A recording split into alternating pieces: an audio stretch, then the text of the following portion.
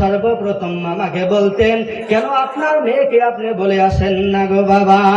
যেই সময় ফাতেমা এই কথা বললো, বলার সঙ্গে সঙ্গে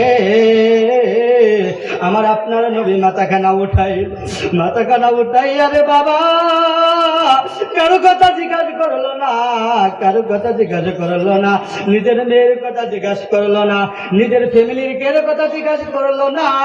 আমার আপনার নবী মাথাখানা উঠাইয়া বলতেছে, ও ফাতেমা গো,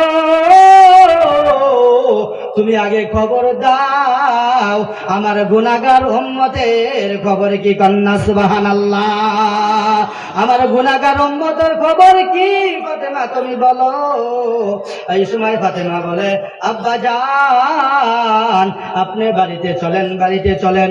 এই সময় বিশ্ব নবী বাড়িতে যাইয়া সাহাবাদেরকে লইয়া বলতেছে, ও সাহাবারা রে, আমি দুনিয়ার ভিতরে যা কিছু শিখছিলাম তোমাদেরকে শিখাইয়া থুইয়া গেলাম, আমি যা কিছু জানছিলাম তোমাদেরকে জানাইয়া থুইয়া গেলাম, কিন্তু আমি একটি আমল তোমাদেরকে প্র্যাকটিক্যালি দেখাইতে পারলাম না।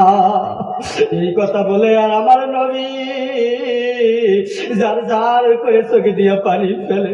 সাহাবীরা বলে, ইয়া রাসূলুল্লাহ, ইয়া হাবিবাল্লাহ, কোন আমল গো নবী আপনি আমাদেরকে শিখাইতে পারলেন না? বইলাই আপনার চোখে পানি। আমার আপনার নবী বুকে ভরা ব্যথা লইয়া চোখে দিয়া পানি জার করে সারে আর বলে, ও সাহাবীরা শুনো গো, দুনিয়ার ভিতরে মা বাবাকে কিভাবে খেদমত করা লাগে আমি নবী তোমাদেরকে প্র্যাকটিক্যালি শিখাইতে পারলাম না। যে সময় আমি মার গর্ভে ছিলাম ওই সময় আমার বাবা ইন্তেকাল হইয়াছিল। যেই সময় আমি 6 বছর আমার মা ইন্তেকাল হইয়াছে, আমি কোনদিন মা বাবার খেদমত করতে পারি নাই। আমার বাবা দিলারে এই মজলিসে কার মা নাই, কার বাবা নাই, ওই মা বাবার জন্য এখানে বসে বসে আপনারা দোয়া করবেন ইনশাআল্লাহ। আর আপনারা সকলে বেশি বেশি মসজিদের উন্নতি কল্পে দান করবেন। যেহেতু আমাদের হুজুর এসে এখন উপস্থিত হয়ে গেছে, এখন আমার আর বক্তব্য লম্বা করার দরকার নাই। এখন আমার ভাষার মাধ্যমে, আমার কথার মাধ্যমে যদি কোনো ভুল ত্রুটি হয়ে থাকে